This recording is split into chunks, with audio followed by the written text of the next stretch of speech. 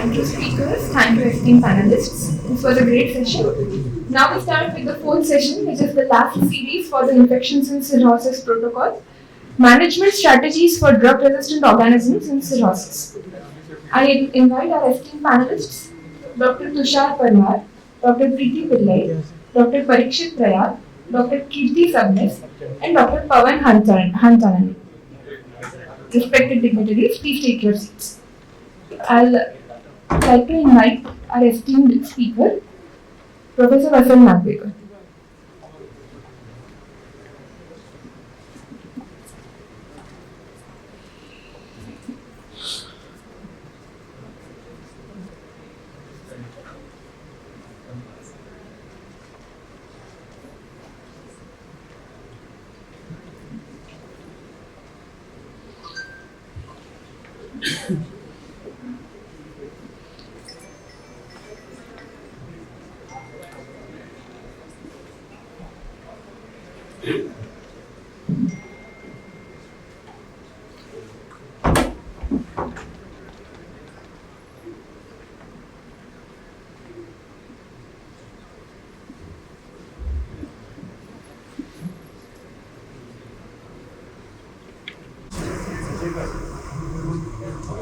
So I think it's on clinical management of how drug-resistant organisms. I think my previous speaker has already spoken about this. Like patients at increased risk and mortality can be anywhere from 30 to 70%, depending on the clinical presentation of the patient. 30 to 70% mortality associated with it. And I think he has already clearly shown the risk of MDROs, and almost 47 to 50% of the patients already are colonized or getting to MDROs. So this is the Indian data, which talks about Acinetobacter anywhere from 88 to 100% resistant. Klebsiella would be, I would say, 50 to 70%. E. coli is slightly better, but Pseudomonas is around 50 to 70%. So the change in the Pseudomonas is that initially it was Vim and now it is MDM. And Acinetobacter, I think it's OXA23, which Parikshit had already mentioned.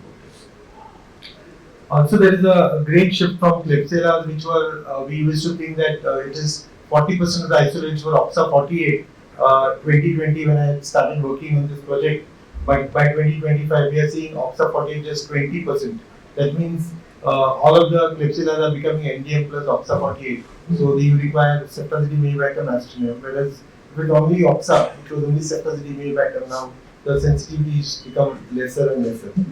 So, when I say carbapenem resistant organisms, it is CRE is other organisms. So, CRE, our Enterobacteriaceae plus your other organisms which we spoke last time, that is the Steno, Chryso, B. cepacia, and Mercodius, Pseudomelia, and all those are other CRO organisms which come into as a group of CRO. So, these are the various organisms which come into CRO and other CROs. So this is already spoken. And what are the risk factors for MDR infections in cirrhosis? I think this is also everybody knows prior antibiotic use, prior infection in MDR in the last 6 months. How long the CRE remains positive once you do a rectal swab? It will be anywhere from 3 to 6 months. It will keep on remaining positive until it becomes negative.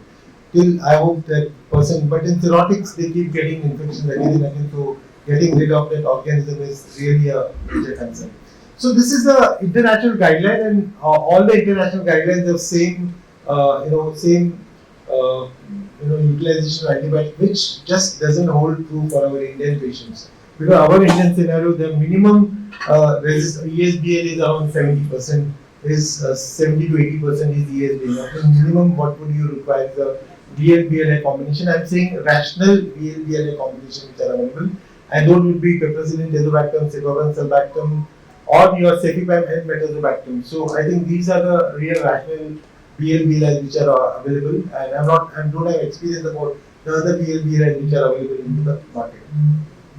So parents, I come to the first case. He's a 67 years male BCLD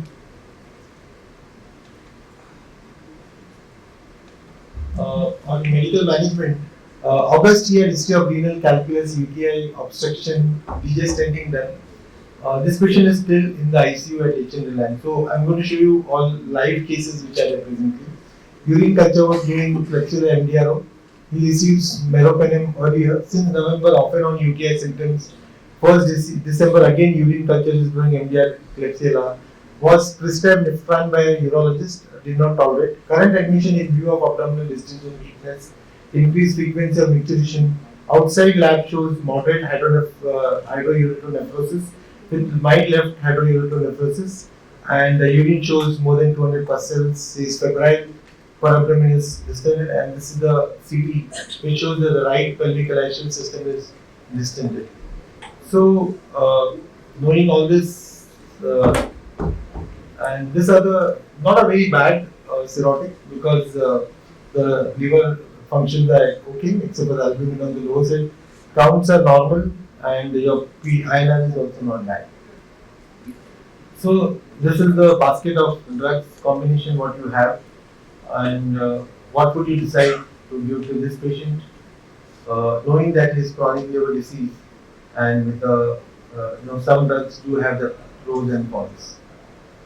His creat was something like 1.34 or 1.4, just borderline.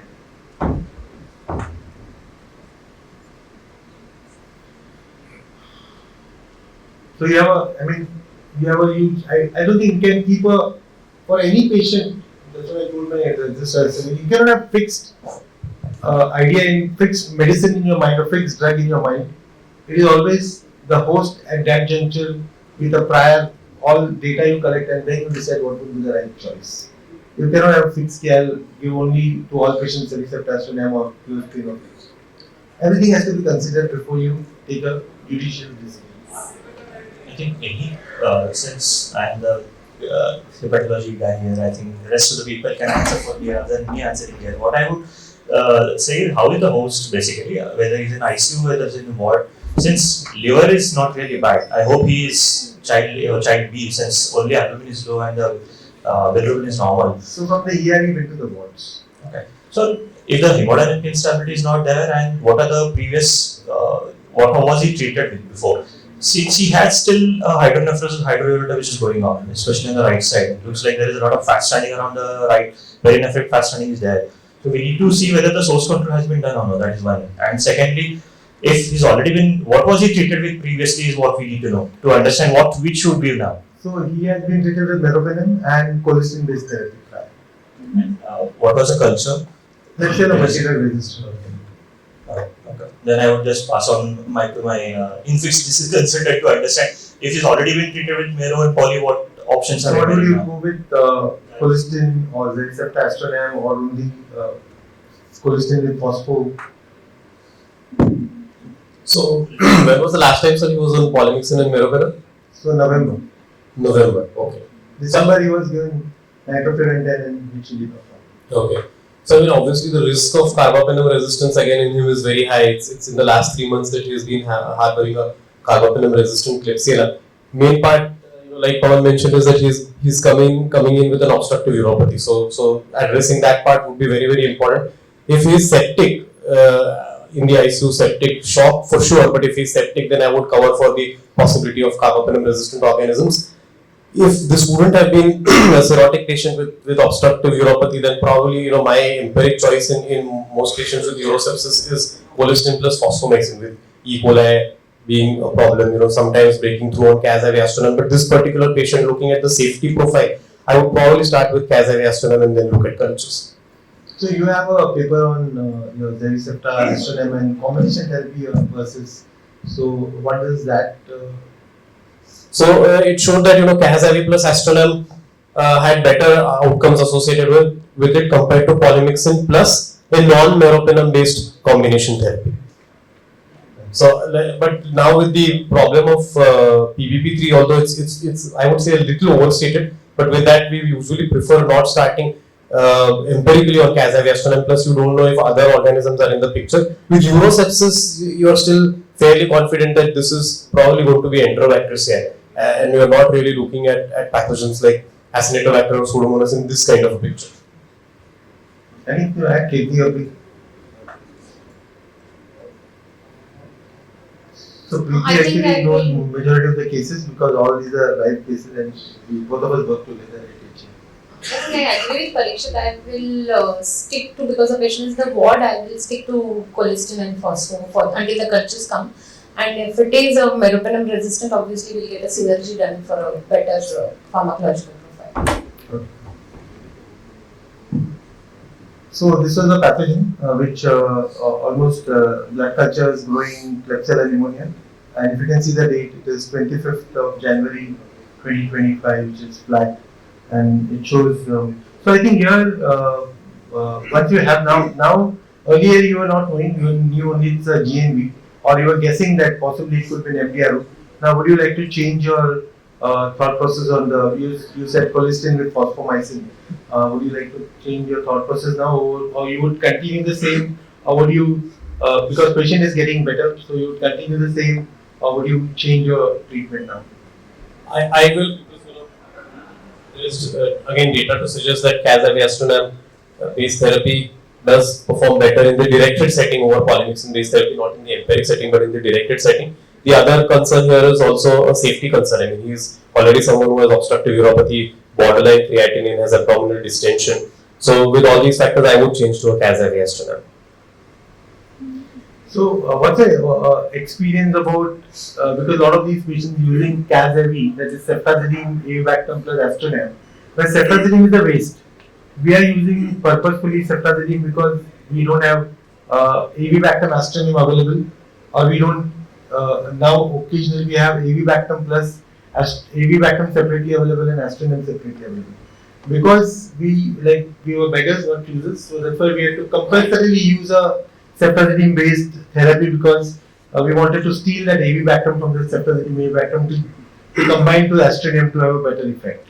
So, would you, any experience of using avibactam with astronam alone as a combination therapy minus, because ceftazidime in liver patients, a lot of risk of seizures or encephalopathy, already they're encephalopathic, so all that risk also comes into the picture when you're using that drug. How? Like you correctly said, sir, there are 2 or 3 important PK/PD aspects here. When we are using ceftazidime avibactam with astronam, essentially what we are doing is using 500 milligrams of avibactam, because 2.5 of ceftazidime avibactam is 2 grams plus 500 milligrams. And then when you are giving, let's say, 2 grams of astronam every 8 hours, now not in him but in a patient who has normal renal parameters, if you are giving 2 grams 8 hourly, essentially what you are doing is every 8 hours you are giving 2 grams of astronam with 500 milligrams of avibactam. The problem there is that the ratio is 4:1 of astronam to avibactam. So that's one part of it. The other problem is that also at the extremes of GFR, PK/PD wise, it can be a little suboptimal or subtherapeutic. So those are 2 issues.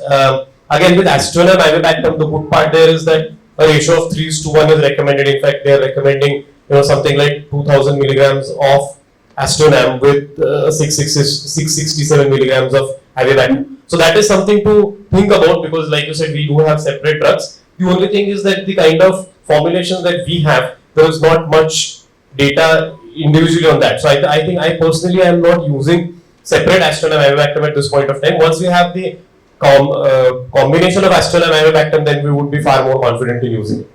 Preeti, any comments? We have been using it in selected patients separate avibactam and astronam, purely because one concern is about the risk of neurotoxicity with ceftazidime, especially when you have patients who are in renal failure, and even with the liver patients who are already encephalopathic, it's difficult to monitor. In these patients, sometimes we choose, when the risk of neurotoxicity as a preference to use avibactam astronam. Then the risk of hepatotoxicity with the combination astronam and avibactam is always a concern with our hepat colleagues because of the rising INR enzyme. So in these places, but the combination, whether we give it separately or along with ceftazidime, still should give the same level of hepatotoxicity. So at times we do switch looking at these concerns.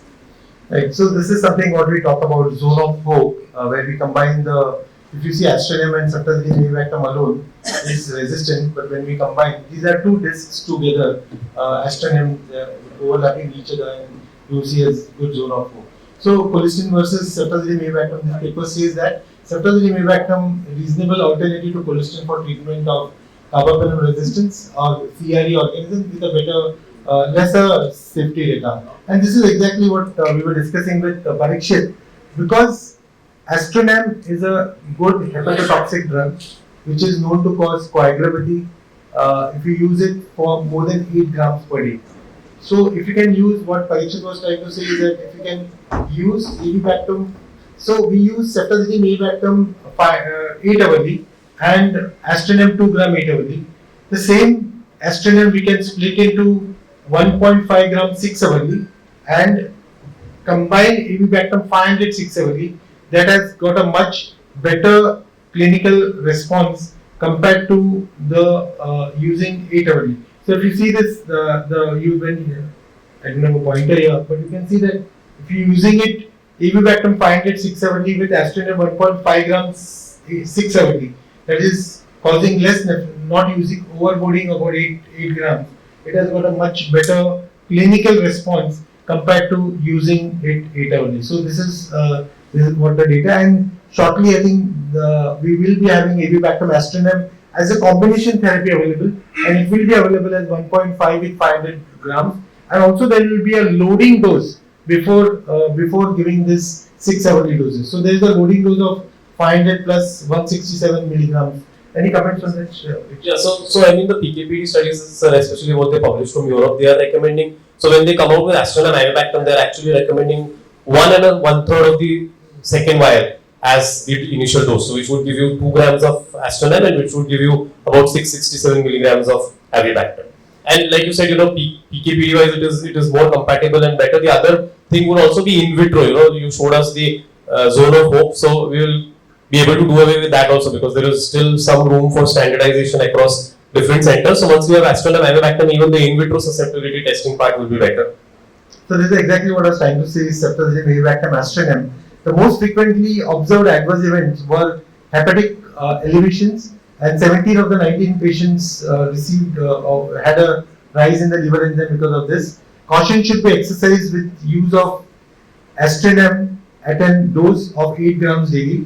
If ceftazidime avibactam is prescribed, clinicians are advised to monitor the liver function test, hematologic and coagulation parameters. So we do see suddenly patients having a bleed when we are treating them with ceftazidime avibactam Astronam, but we are seeing other way around also. Those who have not been given this drug also developing bleeds. So it becomes difficult to say, because they are otherwise also, those who are ACLFs are anyway coagulopathic. So when you give the drug, so we have seen both the populations, whether you are given or not given, both of them develop a bleed. So it becomes, so those people. Yeah. Coagulopathy wise, I don't think there is a problem. The problem is the hepatotoxicity. Sometimes we do not know how these drugs are actually causing hepatotoxicity. So this patient is very straightforward, because you understand, if the patient is ACLF, whose bilirubin is already 10 and enzymes are already 100 and 150, how do we monitor, and is there any cutoff where you should not use this? Is there any literature about it? I think we should monitor the PT with INR, that is what we do, prothrombin time with INR, and see if it's still, but we do see that going up in ACLF, otherwise also because of the liver not doing well. And I would actually worry about enzymes and bilirubin. If the patient is becoming more and more cholestatic, see, patients' cholestasis can happen because of the sepsis as well as drug-induced liver injury. It's very, very difficult to differentiate. So it's a clinical spectrum of the patient which we decide whether to really stop it or do we continue. Coagulopathy wise, I am not worried. Coagulopathy we can still manage. A problem is the progressive liver injury, whether it is a drug-induced or a sepsis, where a clinical decision needs to be made. so this is a chart roughly from what the data we collected, that you see cholesterol is more than 95% susceptible or poly-B for Klebsiella. Ceftazidime avibactam only because for OXA48 it will be susceptible. Ceftazidime avibactam Astronam would be susceptible in 98%, whereas your phospho varies from 40 to 60% depending on the sensitivity.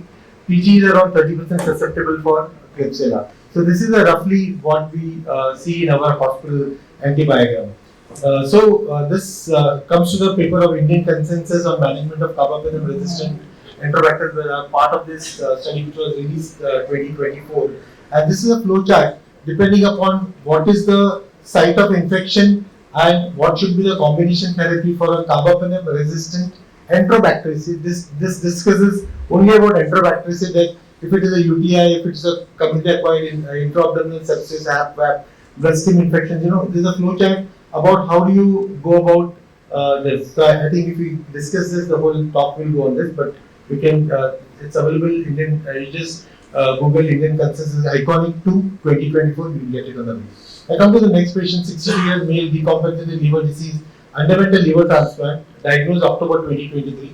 ESBL, Klebsiella in the urine, treated with, he's undergone a live donor liver transplant. He is just discharged a week back. He was treated with peptides for that ESBL, Klebsiella. Lucky that person to have a ESBL. It's a welcome nowadays. And his rectal swab, we sent both. His CRE was isolated and the aerobic culture, rectal swab. So nowadays, along with the CRE test, that is CARPA, I always ask for aerobic culture because it helps you to possibly guide you what could be the surgical site prophylaxis also for this patient. So this was the surgical site prophylaxis. So want to check with you all, like he's for LDLT, now he's colonized with a CRE. So what would be your choice of surgical site prophylaxis? Would it be peptides, standard peptides, because he had a ESBL, but now his rectal swab is going a CRE? Would you give meropenem? Would you give ceftazidime, avibactam plus astronam, or only ceftazidime, avibactam, or would you give colistin plus tigecycline, or colistin plus meropenem, or colistin with ceftazidime? Whether would you give a CRE treatment for this, or would you go with a standard peptide line of treatment? The data regarding CRE isolation and actual causing bacteremia just before we discussed is not very robust yet. And this is only a surgical prophylaxis. I need to keep the things which if we develop later on invasive infection. So I'll go with pathocillin tazobactam, banking also on a very good infection control team which we should have. Parikshit, your thoughts? Agree, sir. If you look at all the three major guidelines about this, and one is the European one is the US one, but Gesitra, which is Spanish, which is probably the closest to us in terms of the resistance profiles. All three recommend that screening for CRE is useful, but how to use that information is a little bit tricky. When the patients become sick in the ICU and once you have certain other factors, you use some scoring systems, the Gianella score and all those things, you can use that information, but targeted perioperative prophylaxis is currently, the evidence for that is not very robust. I mean, you can always play the devil's advocate, or you can argue about this and say that you may use something like tigecycline as a targeted perioperative prophylaxis in this. I personally don't use the information of a rectal swab to decide by perioperative prophylaxis. Any thoughts? Exactly. So even if as Dr. Parikshit has already said, CRE is, yes, we have to just keep in mind that there is a colonization with CRE in these patients. If the patient is coming directly from home and going for a transplant, I would then go with peptides and teicoplanin, standard level of perioperative antibiotics, nothing more than that is needed. But intraoperatively, suppose if the patient is behaving badly and we think that SVR is dropping down, isotopes are increasing, then definitely would go for either colistin or Casare, whatever, depending upon the sensitivity. Before that, I think standard antibiotic regimen, whatever the transplant unit is using, should be okay. Because in the situation that Paul mentioned, that would anyways not be perioperative prophylaxis. Then we are trying to therapeutically treat him or sort of empirically treat him for the possibility of carbapenem resistance. So of late for last 1 year or more than that, I mean every time a transplant is done, we are getting surprises of getting MDR into the bloodstream or getting a pneumonia, not UTI and all that. And this was the blood culture of this person, which flagged on 19/01/2025. So I just discharged a week back. So the blood culture is going same organism in the post-operative. So he behaved hemodynamically unstable post-operatively after 2 days, and he had a Klebsiella. So this is a very small data. Please do not. This is a anecdotal data. Please don't get carried away. I would say, but I would say this is a 40 patients of transplant roughly in last 1 year's time. I'm missing some of them, but what we saw that out of 40, 12 were carbapenem resistant enterohepatic CRE colonized. Out of this 12 CRE colonized, 12, 4 of them we gave CRE prophylaxis. So 4 patients we gave them colistin or ceftazidime avibactam, and none of them developed any post-operative infections. Okay. Out of the 8 remaining who did not receive a CRE prophylaxis, 4 of them, that is 50% of them, developed a post-operative infection. Now, I have to still look at the data, and thanks to my fellows Anusha and Parth, who pulled out yesterday night only. We were sitting and doing this till 11 o'clock in the night, and the 4 who did not develop out of the 8, I think 2 of them must have been definitely received TG cyclin, and because TG cyclin also is 50% sensitive to Klebsiella and 70 to 80% sensitive to your E. coli. So I would say that means those patients who are CRE colonized and if you do not give them prophylaxis, 75% of them would develop MDRO post transplant, and this is our data. And actually, I wanted to be working, so now I'm going to retrospectively go and look at my 5 years data, but it's very difficult to go and but in HN that is possible, and we'll definitely look into this. But even last 1 year's data is showing that because we were getting Preeti, your comments on The decision to give a CRE prophylaxis in these patients has been in those patients who've been in the ICU, like who's been in the hospital, and then they go in for a transplant. So we anticipated their risk of getting a CRE infection much higher than, say, a patient who is CRE colonized but coming from home. So that is how. So if at all we have a high risk patient who is going for transplant from the liver ICU or from the ICU, or been in hospital for had plagues, has been in all those supports prior to going for a transplant, then it makes reasonable to give them a prophylaxis, given that knowing the CRE colonized in hospital has received Mero TG prior in the hospital stay. So there we can enhance the surgical service. in fact, Or if they require a gut tracheostomy. so at least for 5 days minimum, that is what we give. But there is no international data because the problem is it is not their problem, it is our problem. We require to come up with our own data, and I think this is definitely what we are going to look at for last 5 years data. What's happening? So out of this, we did not give CRE prophylaxis. 8 we did not give. How many of them had a bacteria which led to mortality? 4. Oh, no, but no mortality. Nobody. No, I think couple of them patients died. So that is also a major it depends upon the host factor. Where is the host? If the patient is coming from ICU, as we discussed before, we would definitely be on an edge to start maybe escalate antibiotic, maybe take him on colistin upfront before transplant itself. If the patient is coming from the border, just getting admitted coming from the home, even if he is CRA colonized again, I would still prefer to go on a piptazo or something like that rather than anything else. The other important point, sir, is that there is no doubt that colonization increases the risk of CRE bacteremia. It may not correlate every time, but it is, especially in liver transplant patients, it is well known to be a risk factor for subsequent CRE infections. The question is that is the risk of outcomes going to change by sort of covering this empirically? I think that is a very important question. But if we struggle with this patient when they develop a Klebsiella bacteremia, they develop everywhere, and we really struggle with. They develop surgical site, and we keep struggling with them for 6 weeks, and some of them developing into mortality. Now, my question is, so when we are using a surgical site prophylaxis for a UTI or a gallbladder surgery, we are using peptides. Why are we using that? Because we know that there is a ESBL. And when you have a rectal swab which is growing a CRE and you're going to handle the whole bowel for 8 to 10 hours, you're going to move this bowel up and down here and there.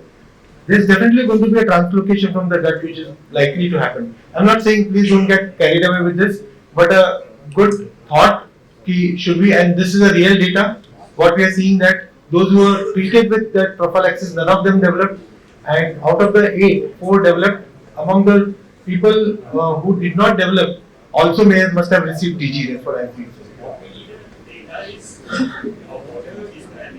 If the patient is colonized with a CRE, and what is the child score or MELD score while going for a transplant?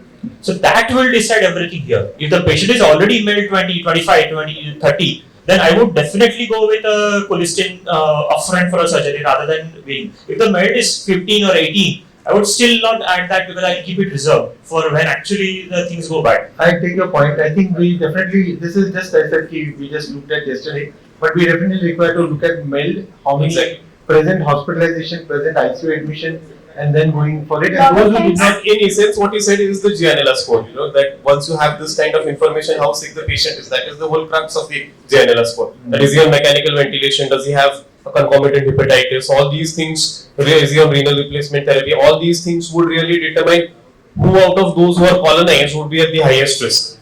And also the prior SBP episode, good number of these patients come with partially treated SBP, recurrent SBP. They are always culture negative. Very likely they may be having a resistant SBP as well. If it is a SVP infected CLEP, which is CRE, I would definitely go with colistin upfront or polymyxin before transplant. But if it is a That wouldn't be called as perioperative prophylaxis. Periop treatment. Right. So the whole question is that should these things determine your perioperative prophylaxis? But again, very important that I think compared to the Western world, our population delays the transplant as much till they get up into the ICU, and that is a real fact. I know that things are changing. People are now we are encouraging people also to get a transplant earlier, but people have a mindset that till they do not land up in the ICU with inotropes, they are not mentally prepared to get into the transplant, and this is what exactly happened. Okay, I'm going to speak. This is very interesting, Parikshit, for you. 39 years male scheduled for a live liver transplant, no fever, mild throat pain. He was, and for some reason, hepatology. Mir and Amit told me, please have a look at this. He's complaining of throat pain. CBC CRP is stable. His RSP flu panel was negative. A throat swab culture was sent even before we went to that, which is not a routine. And this is the, it showed that it is sensitive to all the cephalosporins and peptides resistant to. Is the report wrong, or and what would be a? So we wanted a clearance for the surgical side. He said now after giving treatment and all that peptides, he's clinically better. His throat pain has gone away, and he's all set for transplant. So what would be your surgical site prophylaxis here? And do you think the report is correct or wrong? And what would be a surgical site prophylaxis?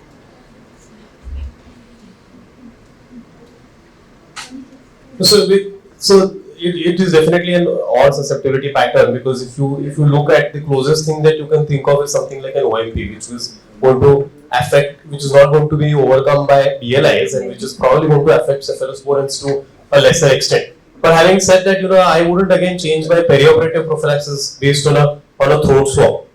Okay. So this patient was very stable in the ward, just come for a transplant, and after 2 days of transplant, he develops a patch on the right side, blood culture growing GNV, and the organism is what you are seeing, the same which was in the throat.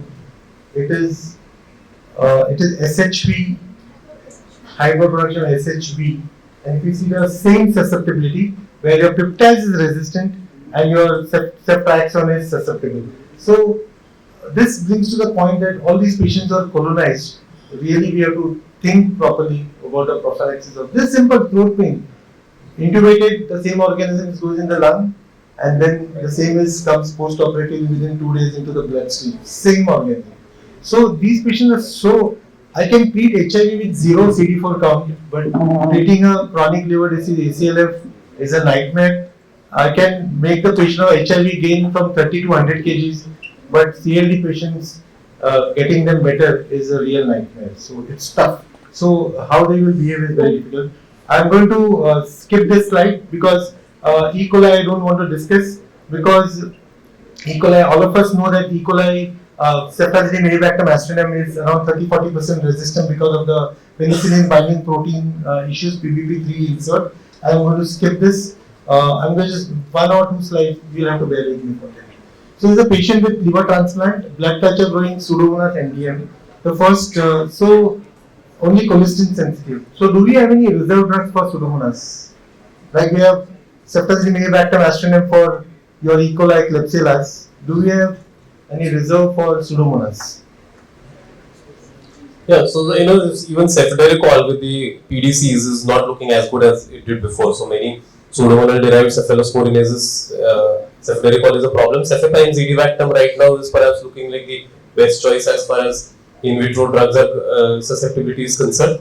And again, in India we have a big problem with efflux, M.I.C.E and NDM. So all three things coming together. We have some class A ESBLs also per and web, which are a problem with the newer BLI. So all things put together, cefepime zidivactam is perhaps the best way.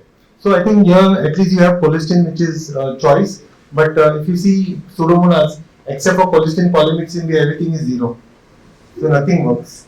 So now the same patient, colistin is resistant. So what are you left with now? What do you do with Pseudomonas which is colistin resistant? So right now to get cefepime zidibactam is a whole process. There are studies which show that if you give the combination of ceftazidime and avibactam again in the Indian settings with NTM plus or minus astronam and add fosfomycin to it, because you are also working on the regulation of the PVP pathways. That is one option we have. With those kind of M.I.C.Es, even high dose polymyxin with high dose fosfomycin is not a great choice, but if you have nothing, probably that would be my second best option. I would probably put him on Cas-Avi-Astronam Phospho till we get access to cefepime zidibactam. So there's a huge gap between colistin resistant and clinical outcome, and this is what we are talking about. Cefepime zidibactam, which is an Indian research molecule, Indian company manufacturing it, coming into the market in next 6 months to 1 year's time. And what is the advantage is that it covers NDM, PPB3, Oxa, Pseudomonas, Acinetobacter. It's an excellent drug. It's covering almost every aspect of multi. This is the drug what we require in India. If you see the comparative cefiderocol, your NDM plus Oxa 100% susceptibility, whereas cefiderocol is only 40%. So what is being talked about cefiderocol, which is still not available, but people still using it from abroad. What is required is cefepime zidibactam, which is an Indian molecule coming in. It's a research molecule. It's going to be a major break changer. And if you see this also compared to colistin, equally it works well. I'll just come to the last case. This is how the various drugs, various patterns of resistance, which one will work for. So if you can see, astronam avibactam doesn't work for your Pseudomonas, Acinetobacter, and very few of these. So this is an excellent slide which talks about. I'm going to go for 5 minutes about one very important discussion about 77 years female NASH CLD undergone degestenting for repeated UTI, abdominal pain. This is also real case scenario, mild to moderate hydronephrosis sepsis and septic shock. 20 days later admitted with abdominal pain. Counts are 12,300. Multiple hospitalizations, multiple catheterizations, multiple times treated for MDR GNB. Okay, and this is the pus cells, and the urine is showing Candida auris. So multiple times treated for MDRO and chronic liver disease now auris. So would you consider this as a colonizer? Overlook this, not treated? What would you do? Have an obstructed urinary system and frequent interventions in with a urine totally isolate can very well cause a candidemia. So here in this scenario, she definitely requires treatment, and she's received multiple antibiotics, so she's at high risk of getting candida auris. Correct. So this patient, if you see, everything is resistant in auris. So 2 sets of blood cultures are sent, observe it as a colonizer, oral fluconazole, liposomal amphotericin B, or echinocandins.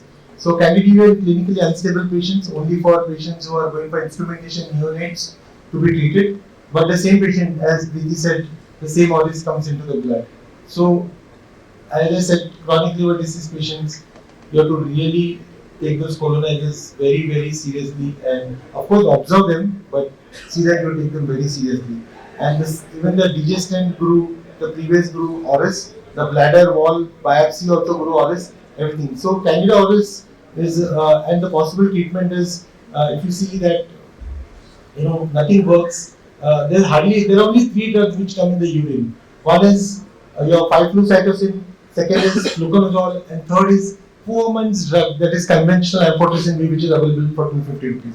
Your liposomal amphotericin B of 50,000 rupees does not come in the urine. The only 3 drugs which come is 5-flucytosine, fluconazole, and your conventional amphotericin.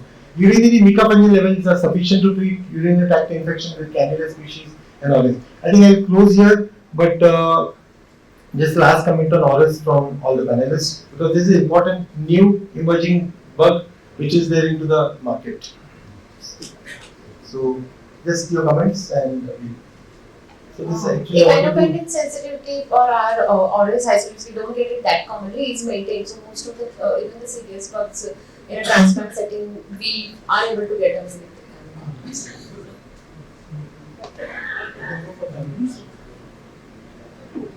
So then I think the organizers are allowing me to speak for 5 minutes. So Candida auris has emerged. So actually this is a paper again from HN Reliance. normally it says if you see the data, how should a patient be managed of ORS and isolated from a non-sterile body side? But this talks about in general. Our population is chronic liver disease patient. Ours is completely different.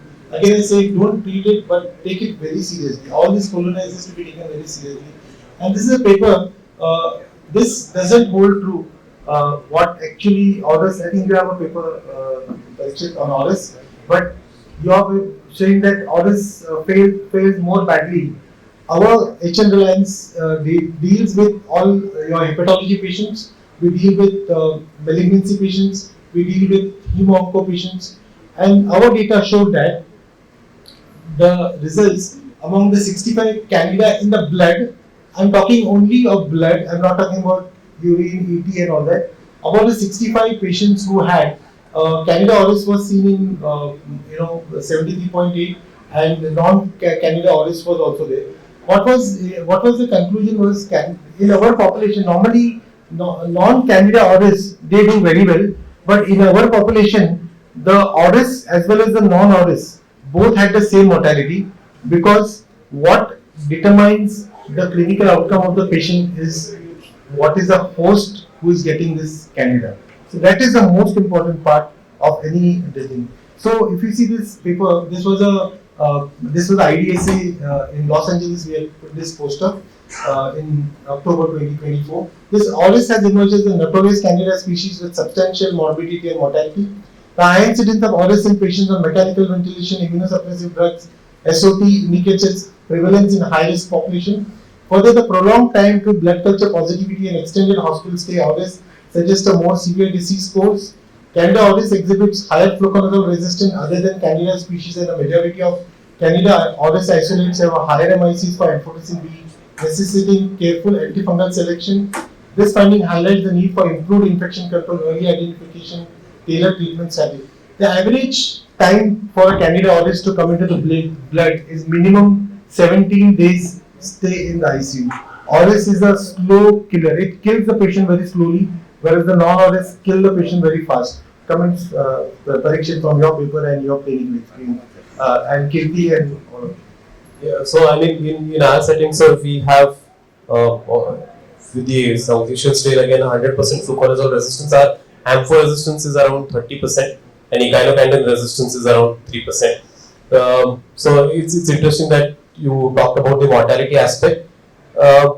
We recently published another paper on auris showing that within the echinocandins, we did not see any mortality difference. Again, there are studies to suggest that mica is actually a better in vitro drug. So, but now I'm not against using any of these. Again, there are various factors as to the biofilm, M.I.C.s and so on, but at least the paper that we published recently, we didn't find any major difference within the echinocandin class. But like you rightly mentioned, it's a big problem. It's usually late into the hospital course.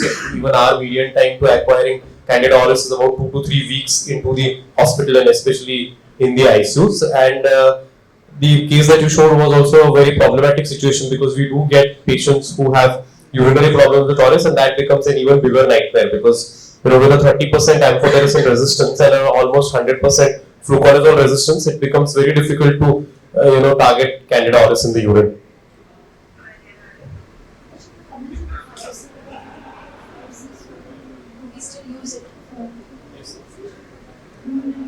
So now there is some data about the epidemiological cutoffs as well as the M.I.C.E to therapeutic success correlation in flucytosine. Usually, if you have M.I.C.Es of up till 8 or 16, I don't mind using flucytosine, because again with the urinary penetration, especially if you use it as a combination with something like a high dose micafungin, that's a very good way of overcoming auris in the urine. I wanted to bring that point, like the labs won't report 5C, but it's important to report even if there are no real cutoffs to report it. It's better for us to help us in our treatment. Correct. So I think he is allowing me one more case, and then this is 43 years male admitted in peripheral hospital, complaints of drowsiness. He came from Nasik, he had AKI, he was on peptides, CLD, awaiting liver transplant. He was a doctor, I think. Creatinine was 1.9. If you see the CBC, pancytopenia, and this, he came with this cellulite, dirty leg, and these were the various drugs which you can, I think I'm going to rush through it. Vancomycin, when you have a gram positive organism, you have bigger basket than the. I tell you, my problem is choosing a gram-positive drug rather than choosing a gram-negative drug. In gram-negative, I have only colistin or ceftriaxone avibactam combination. When it comes to gram-positive, it's such a big basket, and it's very important that each drug, whether it reaches the site where you want to treat, what is the concentration, all that is so important. It's just not a drug. So you have such a big basket. I'm going to ask the panelists. And this blood culture grew Staph aureus, which was MRSA, skin and soft tissue. So quickly, one or two lines, and then we move forward. This is a skin and soft tissue complicated. CLD awaiting a liver transplant. CLD in the skin and soft tissue with a complicated bacteremia. So With a complicated bacteria. So the choice will be obviously vancomycin tissue penetration, and the overall protein binding is difficult to achieve a levels at the skin and soft tissue. So even though M.I.C.E is 0.5, because he's awaiting the liver transplant, I will choose Dapto and Clinda as a choice. Creatinine 1.9. I will choose Dapto over Vanco. Okay. So we looked at, I think this patient, he must be seeing this patient who was waiting. I don't remember what, I think he received teicoplanin, he was getting better possibly, and we did not change that. And we, at 48 hours, we, as routine for all, there are two pathogens where you require to check the clearance of bacteria, that is Candida, and second is Staph aureus. CRE is relative indication, VRE is relative indication, but two organisms definitely you require to check for clearances, Candida and Staph. So we, as a protocol at 48 hours, we send a blood cultures to check for the clearance of this patient, and this is the same patient now growing VRE in the blood. The Staph aureus cleared with teicoplanin, but the blood culture when I went to check maybe you remember this patient. So when we went to check for the Staph clearance, now came the VRE. So again I'm telling, CLD is notorious. I mean, so what do you do? Now, what will be your choice? Sir, begin with, if I would have needed antitoxin coverage on this patient, he was Clinda resistant. So with the Clinda resistant isolate, I would prefer Clinda for antitoxin coverage. So that leaves you with very few choices for antitoxin coverage. So let's say you are suspecting neck fash, or if he is hemodynamically unstable, I would have added linezolid, but not as monotherapy. So I would have probably gone in with a regimen like Pico or daptomycin plus linezolid at that point of time. Now with the fact that he's breaking through, so if let's say he's not on these antibiotics and he's on teicoplanin, and if he's breaking through, now we have very few choices. Can we go back to the daptomycin M.I.C.E for enterococcus?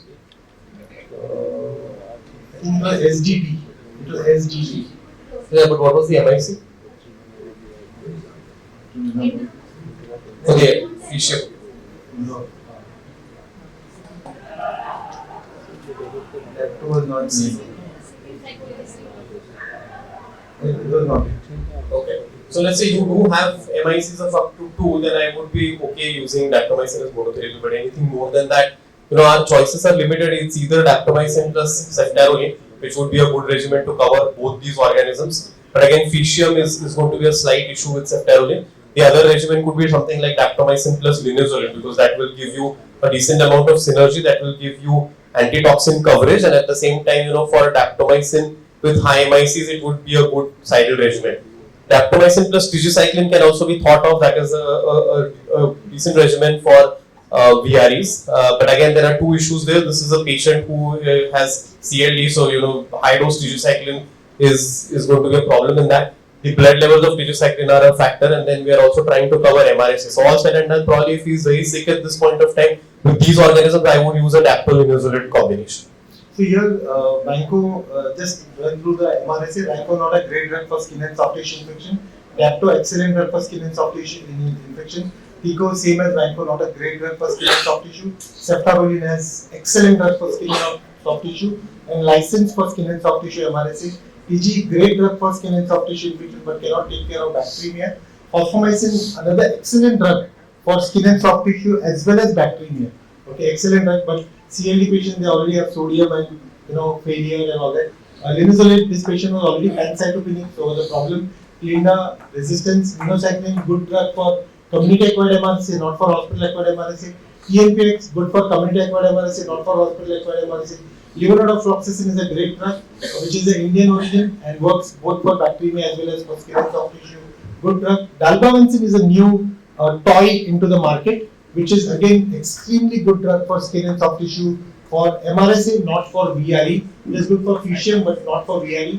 And quinolones again for community acquired alternatives. So I think fosfomycin, just like so, ceftaroline and fosfomycin restores the sensitivity of intermediate daptomycin to E. fischum or MRSA, or even resistant VRE, even VRE resistant to daptomycin. If you combine with ceftaroline or fosfomycin, it restores the sensitivity of your drug because of the penicillin binding proteins issues.